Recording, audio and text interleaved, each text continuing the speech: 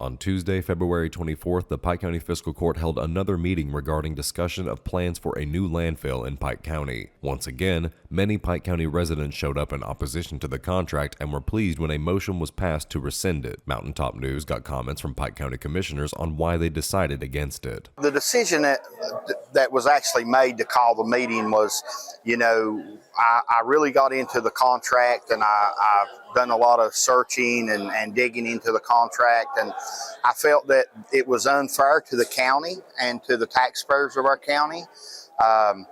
And that's when I started seeing that, I said, we can't put our county in that kind of shape, because, we're basing that this is going to be voted a yes 2 or 3 years from now, after this company spends, maybe, $50–60 million.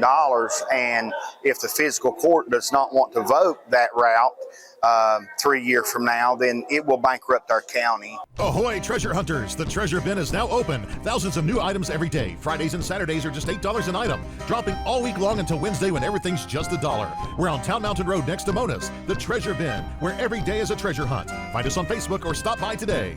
Other commissioners that voted to rescind the contract call it a big win for the people of Pike County. They had expressed dissatisfaction with the contract once they had read it in full. Well, I got to reading into the host agreement a little more in depth for the last 2 weeks. I kept finding stuff that I just didn't seem right.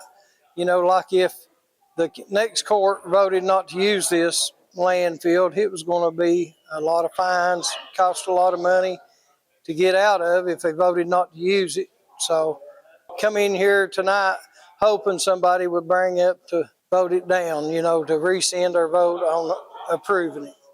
And for the people, it is a big win. There's a lot of people didn't like it, in their areas and stuff. So, by everything compounded, I thought it was best that we done away with the agreement. Well, what I think about is that if we're going to try to do away with this landfill, let's don't go way down the road with it. So these people spend a lot of money.